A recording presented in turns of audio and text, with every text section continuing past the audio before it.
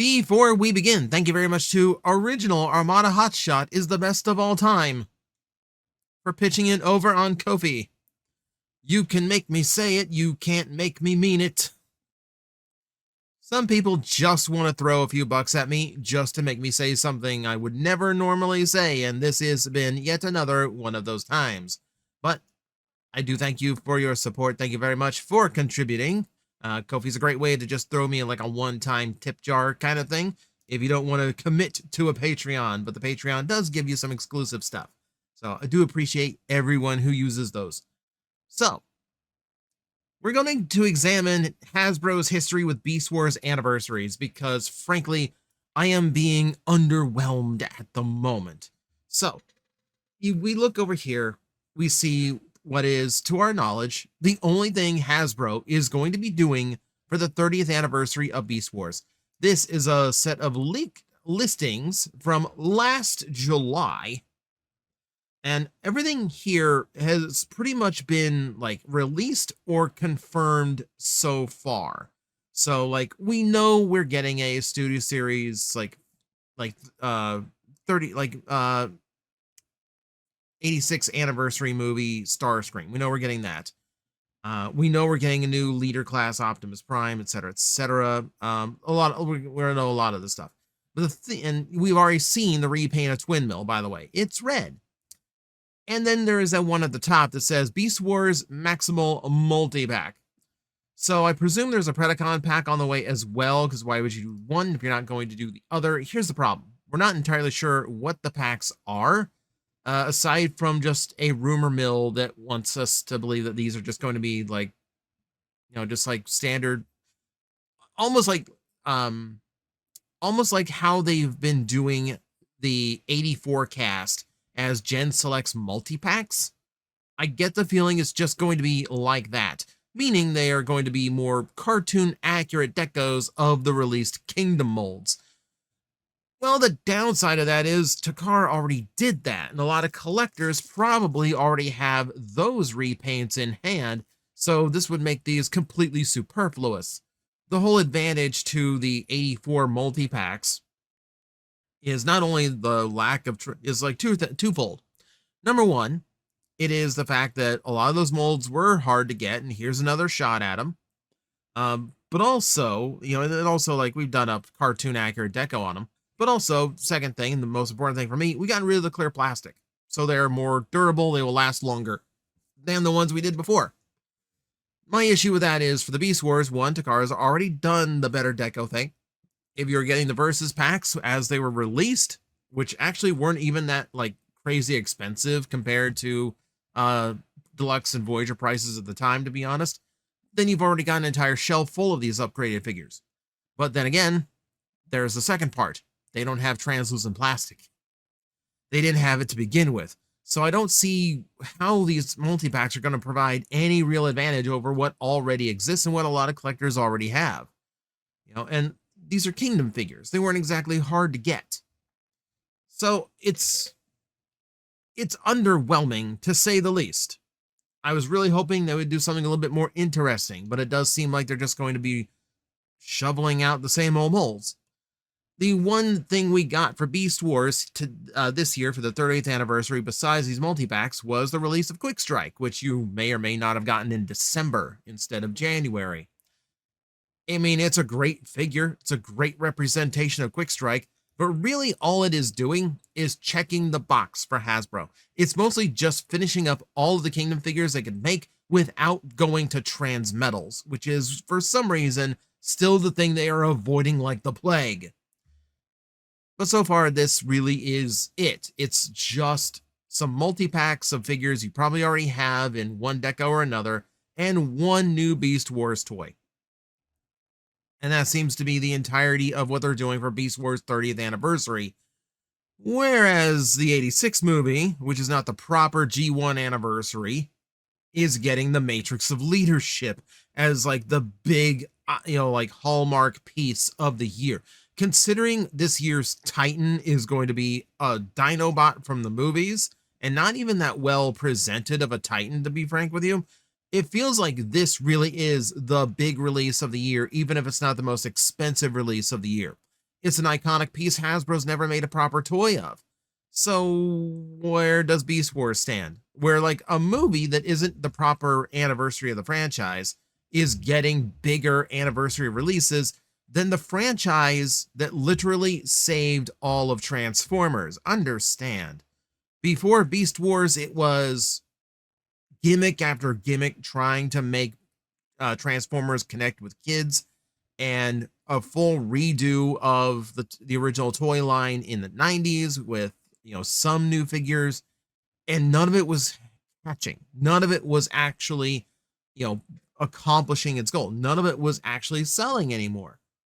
Like the franchise was in decline. The option when the mid 90s rolled around was do something desperate or shelve it completely. So, yeah, we got Beast Wars. It saved everything. And Transformers has not left the shelf or the cultural zeitgeist since. That's kind of important. But Hasbro's history of actually acknowledging that history and respecting the franchise is hit and miss. So the 10th anniversary, we give a pass. It's only the 10th anniversary. Some of the kids who watch the show are still kids. So we're going to be okay with just the repaint line. And it's a good repaint line, don't get me wrong. So you got a bunch of the best toys from the franchise with more screen accurate colors, aside from a lot of weird baby blue on Dinobot that wasn't there before. You got you got to build a figure as a multi-pack thing with Transmutate. You got the DVD that each had an episode, which that was a cool thing to throw in as like a weird little bonus. You had that lovely 2-pack of Optimus Primal and Megatron, the full Takara treatment of incredibly lavish deco and brilliantly retooled heads to be show accurate, released in America with no changes whatsoever. Oh, it was a beautiful thing. So yeah, the 10th anniversary went fine. It was weird to release Cybertron compatible toys in the line, but we'll give that a pass because they were kind of hedging their bets on the new molds, okay? So I will forgive them for that one. They're weird releases, but they're just kind of extras. They didn't come with DVDs, they came with mini comics. They didn't come with Transmutate parts. They came with little micro versions of the Axelon and Darkseid. So, you know what? Fine. They can be in there. Why not? And obviously, the 25th anniversary, we have to give a huge pass to because that was Kingdom. An entirely Beast Wars centric toy line. So that was completely fine. 25th anniversary Beast Wars, yeah, it's the quarter century anniversary. And it didn't happen to share an anniversary with the movie that year, not a major one anyway. So yeah, you better put some kind of priority on it. Now, this image is still painful for many of us as we did not get a lot of what was on here. So some of this stuff like gears eventually made their way out. We eventually got some things that were in this shot. But man, like the fossilizers we missed out on. Like the Styracosaur in the middle looks super cool. Never came out. The Similodon that Optimus Primal's wearing for armor looked cool. Didn't come out. The Crocodilian down there never came out. Man, like fossilizers had so many cool ideas and so much cool aesthetic potential, and then it just didn't really go anywhere, which is unfortunate because they were like arguably some of the best of the Izers, as far as like being able to separate them and combine new things. They were a lot more play pattern. They were a lot more versatile. For a lot of people, yes, it's still Polar Claw. Missing Polar Claw from this image, that hurts too. So yeah, we can't really argue with the 25th anniversary. Everything after that, on the other hand. So the 15th anniversary Beast Wars came and went with absolutely nothing for the franchise whatsoever. Because that was the Dark of the Moon era. So like obviously they were going to have other things to think about. Keep in mind, this was also the period where like Josh Warden was kind of accused of, like, we kind of like really criticized this era for being way too G1 focused and not really doing anything for any other franchise. And that's going to continue throughout the rest of this video because we're gonna live in this era for a while. Aside from just the vast majority of the attention being on the Dark of the Moon toy line, which understandable, this was $1 billion movie after all. Make toys for it. This was also the year the Transformers Prime dropped. So aside from the first edition stuff and then the mainline stuff, yeah, like Hasbro had a lot on their plate that year. The funny thing with this one was, even if we did get anything Beast Wars, the shift in budget for the entirety of the franchise probably would have hurt things a lot. Like there was a Generations toy line going on aside from this. We had other figures being released that were more G1 centric, but if they had thrown in anything Beast Wars at this time, it probably would have gone a little bit rough. So maybe not a bad thing that it skipped out that year, but still, 2 major releases, but that means they're just very distracted during the anniversary. Now, funny enough, they did remember the anniversary of the 86 movie because for the 25th anniversary of that, they gave us this Unicron. Now, granted, it's the 2010 Unicron that Takara released, and that makes sense for them because season 3 of the cartoon for them was called Transformers 2010. So to do Unicron there made all the sense in the world rather than wait for the anniversary of the movie that didn't come out in Japan until 3 years after we got it. But this toy did come out in America, altered deco, but still trying to make that Armada Unicron toy as G1 as they possibly could. And for a long time, this was everybody's go-to Unicron. It's still everyone's go-to Unicron in a lot of areas because the HasLab is ridiculously big and expensive, which means it doesn't exactly go on a normal toy display shelf very well. Even I kind of struggle to figure out what to do with mine. It's sitting like in an open closet on top of a dresser right now. I would love to have it as a centerpiece of a collection, but that's just a little bit undoable at the moment. But for the most part, yeah. I mean, it's fine. It's fine. So the 15th anniversary does not go well for Beast Wars. So we've struck out 2 here. Okay. So like, so far, 10th anniversary went well. 15th anniversary, not so much. 25th anniversary went great. 30th anniversary currently not going too great. Hasbro seems to be going all in on the 40th anniversary of the 86 movie rather than the 30th anniversary of Beast Wars, which I think is a crime. Oh, but then there's the 20th anniversary of Beast Wars. You gotta think for the 20th anniversary of Beast Wars, they'd be doing something really big. I mean, it's like one of like the big like the big anniversaries, right? Where like it comes, the big anniversaries with the zeros on the end. We were neck deep in Combiner Wars at the time, and there's absolutely nothing Beast Wars is going to be able to do during Combiner Wars. Granted, Beast Wars had its own combiners, but nothing that would have ever interacted or integrated into the Combiner Wars system, unless you do something like ridiculously crazy with it, but you're not going to. Like, they just didn't work the same way as like G1 combiners. It would not have worked. We're gonna see, and I know some of you are already jumping the gun on me. Just give me a minute. I've prepared. But yeah, we were in the tail end of Combiner Wars at the time, meaning, yeah, the Beast Wars would be very, very unlikely. And then we went from the combining gimmick to the Headmaster gimmick, meaning even less chance of Beast Wars actually happening.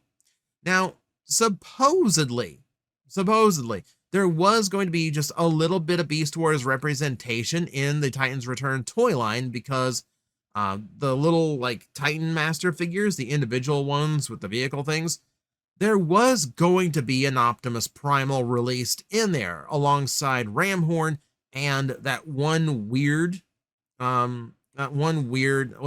the cat-based G1 Headmaster that never came out in the US. That was going to be a wave of 3. Terizer, I want to say. I can't remember the name offhand. But that was going to be the name. That was going to be like the 3. And then only Ram Horn came out, Optimus Primal got axed completely, which is a shame. It is a crying shame. But like, you think of it, that would have been the only Beast Wars toy on retail shelves during the 20th anniversary. So maybe it's better it didn't come out, because that would have felt a little bit anemic, to say the least. Oh, but don't worry. Don't worry. Here's the part where I knew you were waiting to jump the gun. I knew you were chomping at the bit for this. So this is still around the Fun Pub era and the BotCon era, meaning that, they had your back. And they decided Dawn of the Predacus. Now, this one is a mess, okay? This BotCon set is an absolute total cluster. And it's largely because Hasbro put a mandate to start using more modern molds, so it was actually like in line with what Hasbro is currently releasing. So they were pretty much shoehorned into using the Combiner War molds for this set, but they'd already settled on doing their Beast Wars Uprising based toys. They're like they're a little like meta story of like, what if the Beast Wars never came to Earth kind of thing. So they just kind of ran with that. It's like, well, we got to use it. We got to use the Beast. We got to use the Combiner War toys, but like, this is the characters we planned on, so here we go. It led to a lot of really weird figures. I really do not like. I don't like Tarantulas as the Rook mold. It's just too heavy of a mold for him. It doesn't even work as a spider thing because it's 6 wheels instead of 8. Good job counting, Fun Pub. And then you have Predacus himself, and like, I've never been a fan of this thing. I'll be honest with you. I mean, in Combiner Wars, I will give it credit. This is like one of the most cohesive colored combiners that they had ever done. I'm not a fan of the new molding or the new combiner head. It uses the Brawl mold, which is by far the worst mold in that way. I mean, it technically uses the nose cone mold, but you understand. You get which one I mean. Yeah, and more than anything, I'm not upset that the Tripredacus Council got new toys. I'm upset that they were done so poorly. They're just done in red because they were red in the scene. Even though the director has gone on as stating the reason they were red in that scene was because of the lighting, and they opted for red because it contrasted better than just the white. It was an aesthetic choice to use the red. It didn't mean the characters themselves were supposed to be red. It's like making an entire Optimus Prime character blue because of one shot from SOS Dinobots where Optimus is blue because of an animation error. Yes, there's blue Optimus Primes, but you get my point. I've never been happy with this. And I think it's just a really like lame attempt to do anything Beast Wars Anniversary. Which, by the way, this is also the set that gave us this amazing head mold, like the best head mold of all time. It's just a weird thing, Beast Wars is single-handedly responsible for saving the entirety of the Transformer franchise. If it had failed, if they just decided to call it quits after G2 stopped selling, or if they had gone a different direction that didn't work out, Transformers just would have been done. Just flat out done. The only reason it exists now, the only reason it's become a billion-dollar franchise, putting out billion-dollar blockbuster movies 10 years ago, was because of Beast Wars managing to capture kids' attention when literally everything before had lost it. For the 20th anniversary of the original G1 fiction, we get the prime of all primes. At the time, the greatest Transformer toy to ever be released, the original Masterpiece Convoy. And while we did get a 20th anniversary Masterpiece Optimus Primal thanks to Takara, it still doesn't speak well of Hasbro's attempts to honor the franchise, which is what we're focusing on today. I understand Takara had their own reissues, the TJOmega line, Beast Wars again, etc., etc. We've been through all that. What I'm focusing here on is Hasbro, because Beast Wars was a Hasbro-led franchise that we just kind of sweep under the rug because it's also the 86 movies anniversary. But at least Takara gave us something really, really nice on the 20th. Even if it just kind of felt, I don't know, run of the mill at the time. Like Masterpiece was well established at this point. Getting a Primal in that line was great. Breaking the seal on doing Masterpiece Beast Wars toys was great. But it doesn't feel special anymore because we've already done so many other Masterpiece toys. It was just another one in the line. We didn't get that gigantic, super incredible Optimus Primal. Not that this one isn't incredible, just doesn't have the impact of the convoy. It doesn't, like, nothing we've gotten for Beast Wars Anniversary has the impact of MPO1 or a full Matrix of Leadership toy. It just feels like, I don't know, what do we do?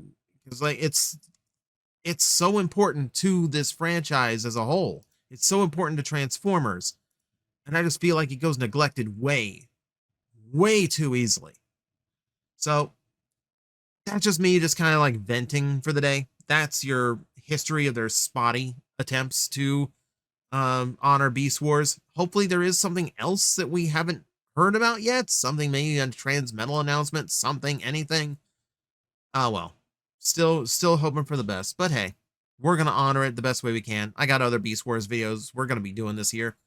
But for now, we're going to end it off there. So thank you everyone for watching. I will see you next time.